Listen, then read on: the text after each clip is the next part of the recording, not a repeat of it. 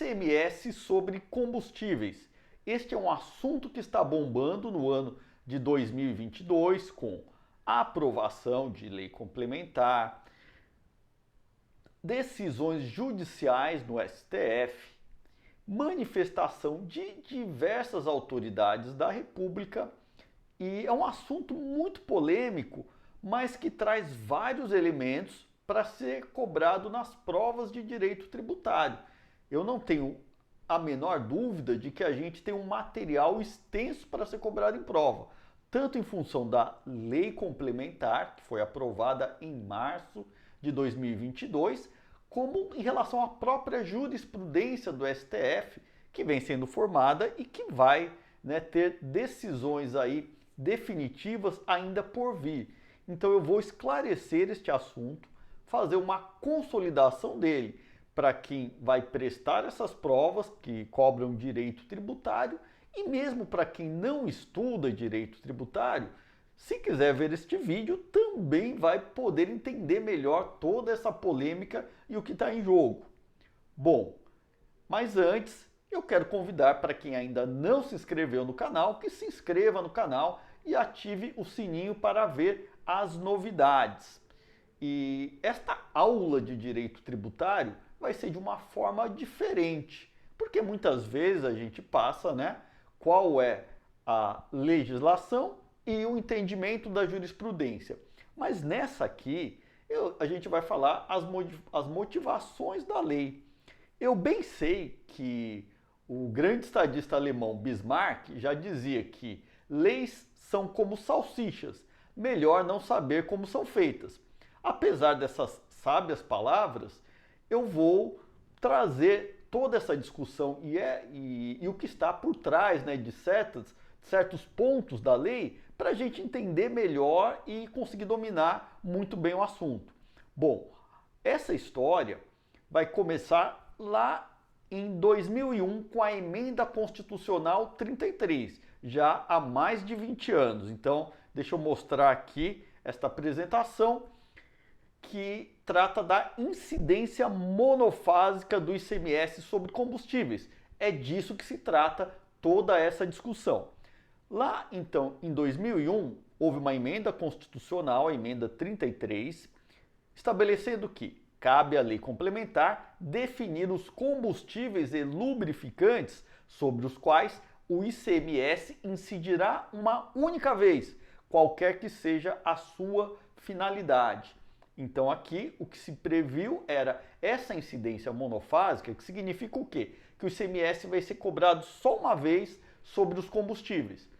Então a gente vai ver, depois a lei, que ela vai colocar isso no produtor, cobrou uma vez, depois todo o resto da cadeia não é mais cobrado o ICMS. Então vai ter uma carga tributária concentrada num único ponto. Por isso esse nome de incidência monofásica. Nas operações com os lubrificantes e combustíveis derivados de petróleo, o imposto caberá ao estado onde ocorrer o consumo. Então tinha já essa previsão na Constituição, porque, em regra, o ICMS ele cabe onde? Lá na origem. Essa que é a regra, em operações entre contribuintes é a origem. Só que, como combustíveis e lubrificantes a gente tem em poucos estados que vão ter refinarias, que a gente pode ter essa origem, a opção do constituinte reformador foi colocar que essa tributação, no caso de lubrificantes e combustíveis derivados de petróleo, será no consumo, no estado onde ocorrer o consumo, assim que implementada a incidência monofásica. Bom, nas operações interestaduais entre contribuintes com gás natural e seus derivados e lubrificantes e combustíveis que não sejam derivados do petróleo, aí o imposto será repartido entre os estados de origem e de destino, mantendo-se a mesma proporcionalidade que ocorre nas operações com as demais mercadorias. Então aqui já se previu um outro tratamento, quando é gás e outros combustíveis e lubrificantes que não são de petróleo, que aí vai ter uma divisão entre estado de origem e estado de destino nessas operações interestaduais com contribuintes, tá? Ele vai seguir a mesma proporcionalidade que a gente vai verificar nas operações normais de contribuintes, né? E nessas operações interestaduais tem um cálculo, uma divisão que eu não vou colocar aqui, pode ser, né, visto em outro vídeo.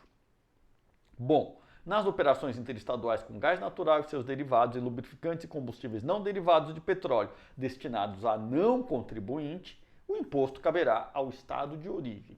Então aqui a Constituição já previu toda a divisão, como vai ser no caso dos combustíveis. Incidência monofásica, né, quando houver. Aqui um ponto importantíssimo. Olha só, guardem esse ponto. As alíquotas do imposto serão definidas mediante deliberação dos Estados e Distrito Federal, nos termos do parágrafo 2º, inciso 12, a linha G, observando-se o seguinte. Então ele está dizendo o quê? Que a lei complementar, ou seja, o Congresso define quais são os combustíveis sujeitos à incidência monofásica, mas vai ser por deliberação conjunta dos Estados e Distrito Federal, lá no âmbito do CONFAS, é que eles vão definir as alíquotas do imposto com incidência monofásica. E aqui a Constituição dá algumas diretrizes, que são os seguintes. Bom, primeiro, eles serão uniformes em todo o território nacional, podendo ser diferenciadas por produto, quer dizer, as alíquotas têm que ser as mesmas em todo o país e pode diferenciar por produto, né? Uma alíquota para, por exemplo, gasolina, uma alíquota para diesel, outra para álcool combustível, supondo, né, que eles estejam sujeitos à incidência monofásica. Poderão ser específicas por unidade de medida adotada ou ad valorem, incidindo sobre o valor da operação ou sobre o preço que o produto ou seu similar alcançaria em uma venda em condições de livre concorrência. Aqui vamos explicar melhor. Uma alíquota específica ou ad rem, esta alíquota ela é uma alíquota que já tem um valor definido por unidade de medida. Seria, por exemplo, R$1 por litro, R$2 por litro. Esta é a alíquota específica. Já a alíquota ad valorem é aquela que a gente está mais acostumado, né? Que seria uma porcentagem sobre o valor do produto. Então, por exemplo, uma alíquota de 20%. Tá? Então, uma alíquota de 20%. Se o produto custa R$5, vai ser R$1. Se esse produto aumentar, né, para, por exemplo, R$20, uma alíquota de 20% vai dar R$4. Então observe o seguinte, a grande diferença entre a alíquota específica e a alíquota ad valorem é que a alíquota específica ela não vai variar conforme o valor do produto. Então se eu tiver uma alíquota de R$2 por litro, não importa se 1 litro daquele produto custe R$10 ou R$100, a alíquota continua sendo R$2 por litro. Tá? Por outro lado, na alíquota ad valorem, ela é um percentual sobre o valor do produto. Então, se for 20% do valor, se o produto custar R$10, 20% dá R$2. Agora, se ele custar R$50, 20% dá R$10. Então, observe que na alíquota ad valorem aumenta o preço, aumenta o valor do tributo. Tá? Essa é a grande diferença. Mas a Constituição, né, deixou livre para se escolher. Ou pode ser específica ou pode ser ad valorem, mas tem que ser uniforme no país todo. Né? E quem decide isso são os próprios estados e o Distrito Federal em deliberação conjunta. Vamos ver outra determinação. Essas alíquotas poderão ser reduzidas e restabelecidas não se lhes aplicando o disposto no artigo 150, inciso 3, inciso 3º, a linha B, que é o que diz da anterioridade do exercício. Quer dizer, este ICMS com incidência monofásica sobre os combustíveis, ele é uma exceção à anterioridade do exercício. Quer dizer o quê? Que uma vez que se aumente a alíquota, porque ela pode reduzir e restabelecer, né? Colocar uma alíquota, ela reduz. Quando ela é aumentada, ela não precisa esperar o exercício seguinte para poder valer, para poder ser cobrada, porque essa é a regra, né, para os tributos em geral. Mas para a incidência monofásica, não. Ele é exceção à anterioridade do exercício. Mas a Constituição não disse nada sobre anterioridade nonagesimal, porque os tributos, além de ter que esperar o ano seguinte para poder valer um aumento, ou criação, né, quando ele é criado, e ele também tem que esperar 90 dias, sempre da publicação da lei, né? Aí a Constituição disse, não, essa incidência monofásica do ICMS sobre combustíveis, ele não precisa esperar o ano seguinte para cobrar um aumento, o ano seguinte a publicação, né, da lei, mas tem que esperar 90 dias, né? Ela não colocou uma exceção.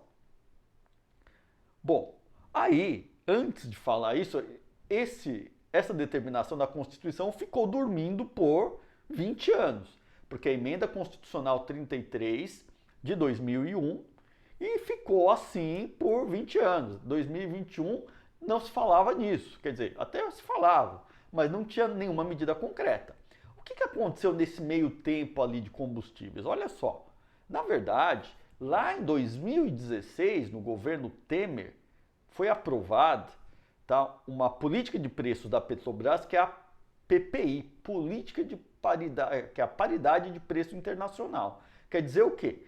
Que varia o preço do petróleo, né? O petróleo é cotado em dólar, então tanto o valor do barril em dólar como a própria taxa cambial, né, real e dólar, uma vez variado, a Petrobras vai reconhecer essa diferença e vai cobrar a diferença. O preço que é cobrado no combustível aqui no Brasil, ele segue os preços internacionais. Isso lá em 2016. Mas até lá também ninguém se preocupou com isso. Veio aumentando bastante o combustível. Bom, aí veio, depois disso, o que tivemos aí? Já tivemos lá em 2016 também greve de caminhoneiro por conta dos aumentos, porque esse PPI provocou, né, essa oscilação grande, porque até então não era assim. Até então a Petrobras absorvia por um período os preços e depois ela repassava, esperava um tempo, porque às vezes ele aumentava, depois caía, mas com esse PPI a coisa ficou mais feia.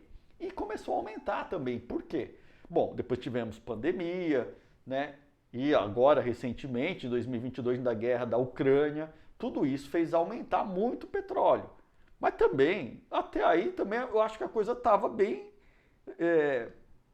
simples, assim, ninguém se levantava, essas altas autoridades que falavam. Aí em 2021 começou a virar a bola da vez.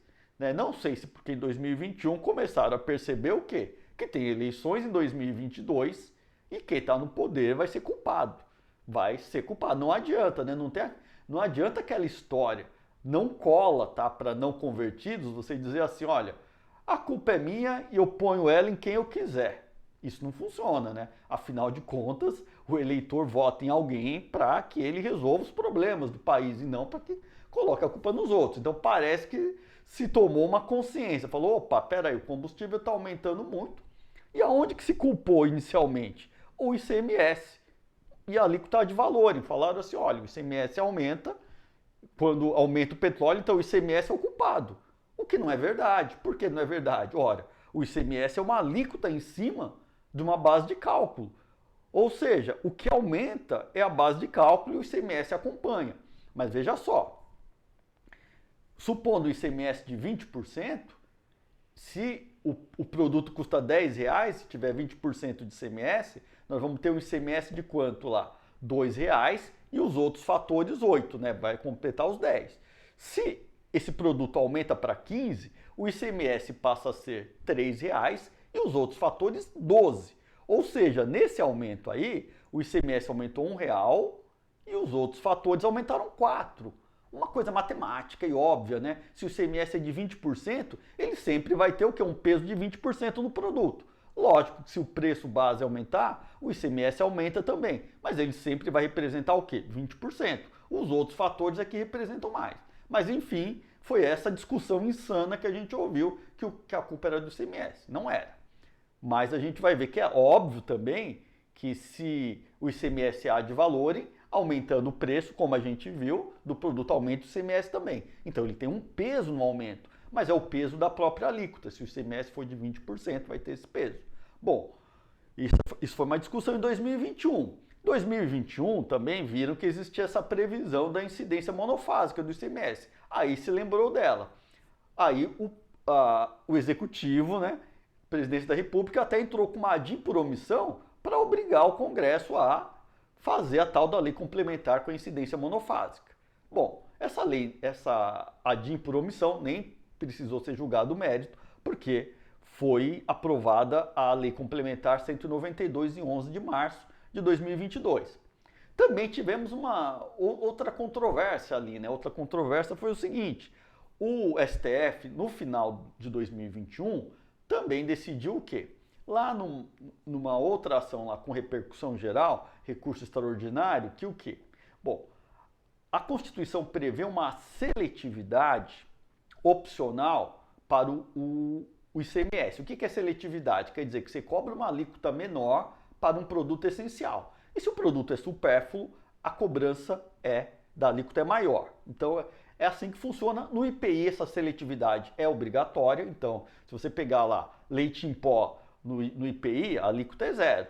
Cigarro, a alíquota é bem gravosa, né? Vai ser lá bem alta. No ICMS não é obrigado a ter essa seletividade. Ela é opcional, mas a Constituição prevê. Então o que o STF decidiu lá nesse recurso extraordinário? Falou, olha, seletividade não é obrigatória, mas uma vez adotada, aí o ICMS sobre, né, bens essenciais não pode ter uma alíquota superior aos bens em geral. Porque o que acontecia lá, né, em alguns estados e que foi o motivo desse julgamento? No estado lá, que era Santa Catarina, se eu não me engano, né, tinha o ICMS para energia elétrica era maior do que o ICMS para os bens em geral. Aí o STF falou não, e lá se adotava a seletividade, falou não, quando adotada a seletividade, então os bens essenciais não podem ter uma alíquota de ICMS maior do que os produtos em geral. E o STF colocou como bens essenciais o que? Energia elétrica e telecomunicações. Bom, essa é uma decisão ali, né, ainda não envolveu combustível, mas, né, a gente vai ver que vai ter alguma relação. Bom, então tivemos aqui em março aprovação e publicação dessa lei complementar, que foi a número 192. Essa lei complementar disse o que, basicamente? Que combustíveis estão sujeitos à incidência monofásica. Quais são? Gasolina e etanol anidro combustível, diesel e biodiesel, gás liquefeito de petróleo, inclusive o derivado de gás natural. Então aqui não tem controvérsia nenhuma, né? Cabia ao Congresso, mediante lei complementar, definir quais são os produtos, os combustíveis sujeitos a essa incidência monofásica. Aí depois, o que ele disse aqui? Ele reproduziu, né, o que dizia a Constituição, né, que as alíquotas serão uniformes em todo o território nacional, poderão ser diferenciadas por produto, quer dizer, gasolina pode ter uma, etanol outra, diesel outra, biodiesel outra e GLP outra. Mas serão específicas, ad rem, por unidade de medida adotada. Então aqui, o que a lei complementar colocou aqui, ó, vai ser a alíquota ad rem. Por quê?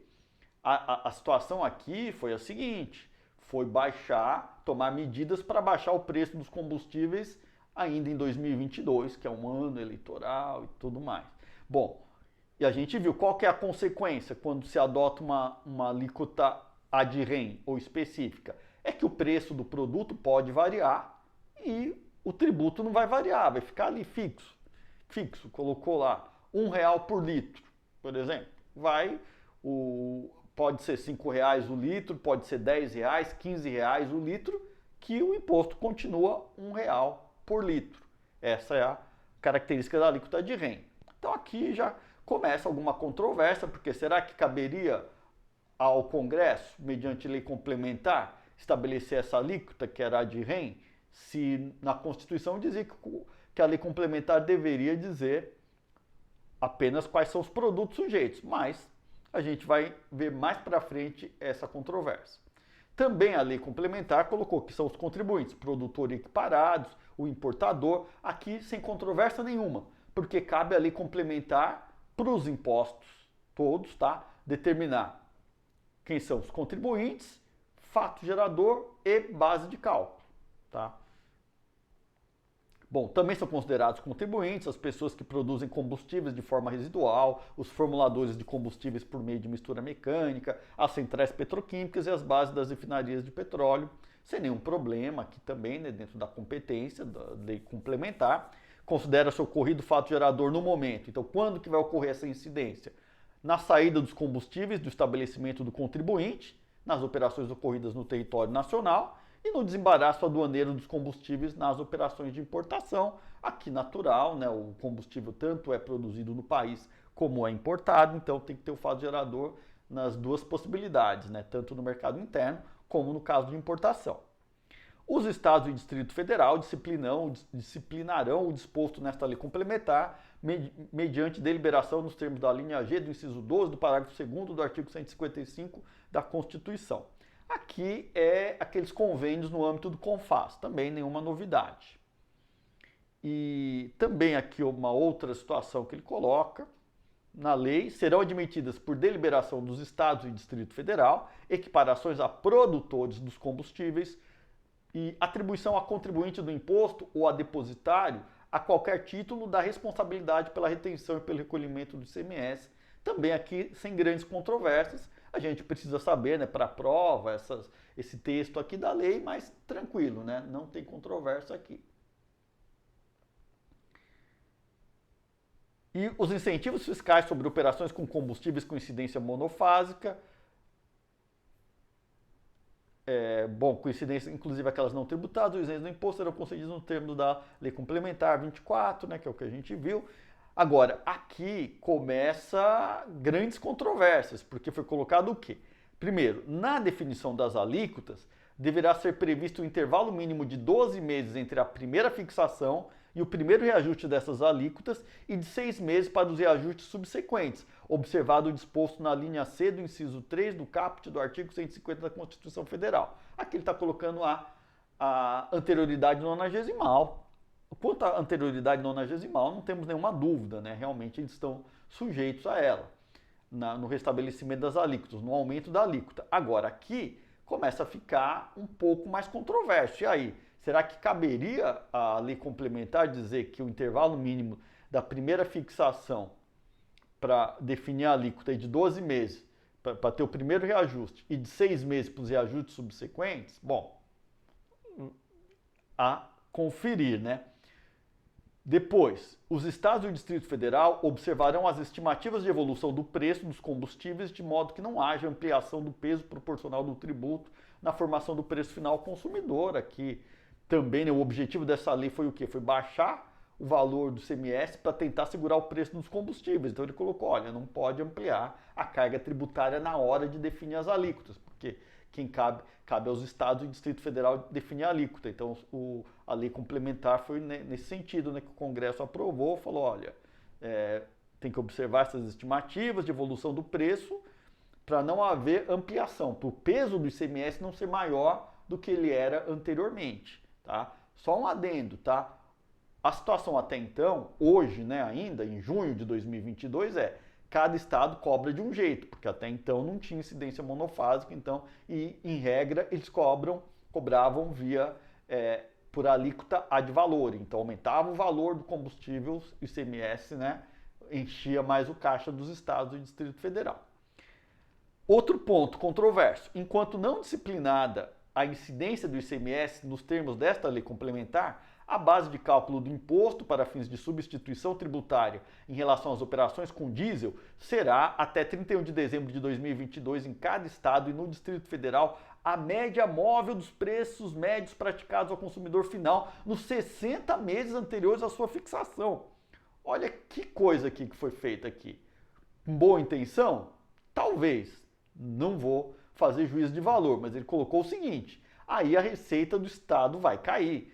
E ele colocou aqui especificamente ao diesel. Falou, o que vai acontecer com o diesel? Falou, olha, para fixar essa alíquota, enquanto não disciplinar, né, qual vai ser o valor da incidência, as alíquotas que os estados vão ter que ter essa deliberação conjunta, ele falou, para o diesel, até 31 de dezembro de 2022 vai ser o quê? Vão ser a média móvel do preço ao consumidor nos 60 meses anteriores, quer dizer, 5 anos anteriores. Vai tirar todo o efeito lá de pandemia, de de guerra da Ucrânia, até vai pegar, aqui nós estamos falando em 2022, nós vamos pegar até boa parte do PPI, né, daqueles preços internacionais que aumentaram muito nos últimos anos. Então, isso aqui provocará, né, se caindo nesses termos, vai ter uma queda na arrecadação dos estados. Tá? E aí os estados fizeram o convênio do ICMS para determinar os preços, né? O Congresso colocou, né, na lei complementar que eles teriam que deliberar, então deliberaram. E deliberaram especificamente para o diesel, que é o que já tinha uma regra de transição, né? Que o preço, que o valor da alíquota tem que levar em conta os 60 meses anteriores. Então ele falou, ó, então o que eles inventaram aqui, ó? Os estados e o Distrito Federal poderão estabelecer fator de equalização de carga tributária máximo por litro de combustível aplicável às saídas com óleo diesel A, ainda que misturado, destinados a seus territórios. O fator de equalização de carga tributária vigorará pelo período mínimo de 12 meses contados da publicação deste convênio e não poderá ser superior ao valor da diferença apurada entre a alíquota de REN fixada neste convênio e a carga tributária efetiva vigente em cada estado e no Distrito Federal na data da publicação desse convênio. Será considerado fator de equalização de carga tributária da unidade federada em que se localizar o destinatário do combustível e aqui a alíquota de REN nacional, né, o óleo diesel A outro 0,9986 e óleo diesel A 210 1,0060, tá? Bom, aqui merece uma explicação. O que eles fizeram na prática? O que é isso? A gente olhando isso, né? Se a gente não souber como é fabricada a salsicha, a gente nem imagina qual é a razão disso. Então vamos explicar a fabricação aqui dessa salsicha. O que acontece aqui é que eles pegaram a alíquota de REN e pegaram qual que é a maior alíquota hoje que é cobrada, né? Aplicando, né, o percentual lá da alíquota de valores sobre o preço médio ali do combustível. A maior alíquota é a do Acre, que são esses valores que a gente viu aqui. Então colocaram a alíquota do Acre, que é o maior valor, e depois fizeram um fator de equalização, que é do seguinte, olha, cada estado pode dar seria uma isenção para baixar aquele valor, que poderia ser de no máximo a diferença que era anterior, porque cada estado cobrava de um jeito, o Acre cobrava o maior, falou, ó, então cada estado aqui, vamos supor que o estado, sei lá, de Goiás cobrasse 90% do valor do que o Acre cobra. Então ele poderia baixar essa alíquota até chegar aos 90% que era a alíquota que Goiás cobrava. Ou seja, todo esse convênio foi para dizer o quê? Ó, gente, não precisa mudar nada. Vamos manter o mesmo valor, tá? É isso. Bom, aí a intenção, desde o início, o que era? Era baixar o preço dos combustíveis. Ah, um detalhe que eu não falei da lei complementar, né? Que ela baixou também, reduziu a zero as alíquotas de tributos federais, que são sobre os combustíveis. Que tributos federais que são sobre os combustíveis? PIS e COFINS, né, no caso de operações internas, e no caso de importação, PIS importação, COFINS importação. Reduziu a zero. E aqui mais uma lição de direito tributário, né? A alíquota dessas contribuições é por meio, né, ela é fixada por meio de lei ordinária e não por lei complementar. Mas está numa lei complementar. É válido, totalmente válido, só que nesse aspecto das alíquotas do PIS e da COFINS, tanto no mercado interno quanto importação, essa lei complementar, nesse aspecto, ela é apenas formalmente complementar, porque ela é materialmente lei ordinária. Então, para se alterar as alíquotas, tirar de zero, alterar esse ponto da lei, que baixou a zero as alíquotas do PIS, da COFINS, do PIS importação e COFINS importação, para alterar essas alíquotas basta uma lei ordinária, não precisa de outra lei complementar, já que a matéria é de lei ordinária, mas ela está válida, tá? Os outros pontos já eram matérias de lei complementar, então é necessário lei complementar para alterar. Bom, e aí essa confusão toda foi parar no STF, né? Porque o Congresso aprovou uma lei complementar, tá? Com suas controvérsias, tá? Se cabia ao Congresso ou não tomar certas atitudes em relação às alíquotas, e inclusive baixando a arrecadação dos estados. E aí os estados fazem uma deliberação conjunta fazendo assim, ó, vamos fazer essa deliberação para não mudar nada e continuar tudo do jeito que estava. Aí não teve jeito, né? para a judicialização. Chegando no STF, tem lá o presidente da República, né, através da AGU, né, ingressou com a DIN 7164 e ele foi contra os dispositivos do convênio ICMS, esse convênio que a gente acabou de ver, referente ao fator de equalização, e pediu medida cautelar para suspender a eficácia. Tá? E aí foi concedida, falou, ó, aquele fator de equalização lá morreu. Tá? E só um detalhe também, tá? Tudo isso é para valer dia 1º de julho, então não teve reflexo ainda nos preços de nada. Bom, em 20 de maio, logo depois, houve um aditamento da ADIM com pedido cautelar para que, entre outras medidas, suspender agora todo o convênio, ou a menos a alíquota de renda do diesel, né, que era o que foi feito de concreto mesmo no convênio, foi essa alíquota. Aplicando o cálculo previsto na lei complementar, média móvel dos 60 meses anteriores, tá?